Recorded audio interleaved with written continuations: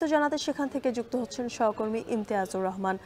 ইমতিয়াজ, প্রত্যক্ষদর্শীরা কি বলছেন এবং কাউকে কি এখনো পর্যন্ত চিহ্নিত করা গেছে কিনা জানাবেন।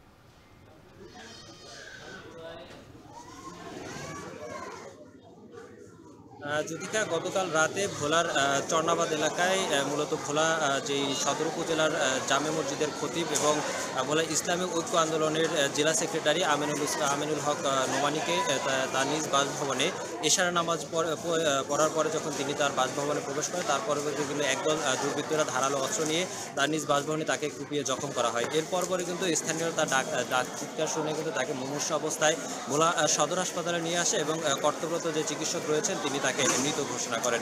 কে বা কারা কিভাবে তাকে হত্যা করেছে এখন পর্যন্ত কোনো সুরাহা কিন্তু প্রশাসন সহ স্থানীয়রা কেউই কোনো তথ্য আমাদেরকে জানাতে পারেনি। তবে আমরা স্থানীয়দের মাধ্যমে জানতে পেরেছি গতকাল তার এই আমিনুল হক নোমানী তার বাসা একেবারেই ফাঁকা ছিল এবং তার যে পরিবারের সদস্য ছিল তারা তজুমুদ্দিন উপজেলায় তার আত্মীয়র বাড়িতে বেড়াতে যায়।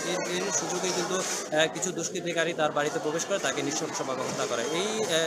এই একজন মসজিদের খতিবকে যখন নৃশংসভাবে হত্যা করা হয়, এরপরে কিন্তু গতকাল রাতেই কিন্তু একরকম ধর্মপ্রাণ মুসল্লিরা এবং আলেম ওলামারা কিন্তু এখন বিক্ষোভে ফেটে ওঠে এবং সারা রাতভর কিন্তু তারা ভোলা শহরের বিভিন্ন প্রান্তে বিক্ষোভ করে এবং আইন শৃঙ্খলা বাহিনীর উপরে 24 ঘন্টার আলটিমেটাম তারা দেয়। 24 ঘন্টার ভিতরে কোনো সুরাহা না হলে তার পরবর্তী তারা পদক্ষেপ গ্রহণ করবে না। আর মামলার বিষয়ে যদি বলতে চাই, নিহত স্বজনরা বাদী হয়ে কিন্তু মামলার প্রস্তুতি চলছে বলেও কিন্তু আমরা জানতে পেরেছি। কিছুক্ষণ আগে ভোলা সদর হাসপাতালের মর্গ থেকে যেই আমিনুল হক নোমানীর মরদেহ কিন্তু তার নিজ বাসভবনে নিয়ে যাওয়া হয়েছে এবং দুপুর 2টা নাগাদ ভোলা সরকারি স্কুল জামে মাঠে কিন্তু তার জানাজা নামাজ সম্পন্ন হবে বলে কিন্তু আমরা জানতে পেরেছি। এবং আমি যেই ইসলামী ঐক্য আন্দোলনের যে নেতাকর্মী রয়েছে তাদের সাথে কথা বলেছেন, তারা জানিয়েছেন যে বেলা 11:30 নাগাদ তাদের একটি বৈঠক রয়েছে। বৈঠকের পরপরই তাদের যে পরবর্তী আন্দোলন বা সংগ্রামের যেই এই নৃশংস হত্যাকাণ্ডের বিচারের দাবিতে তারা পদক্ষেপ গ্রহণ করবে কিন্তু আমরা জানতে পেরেছি।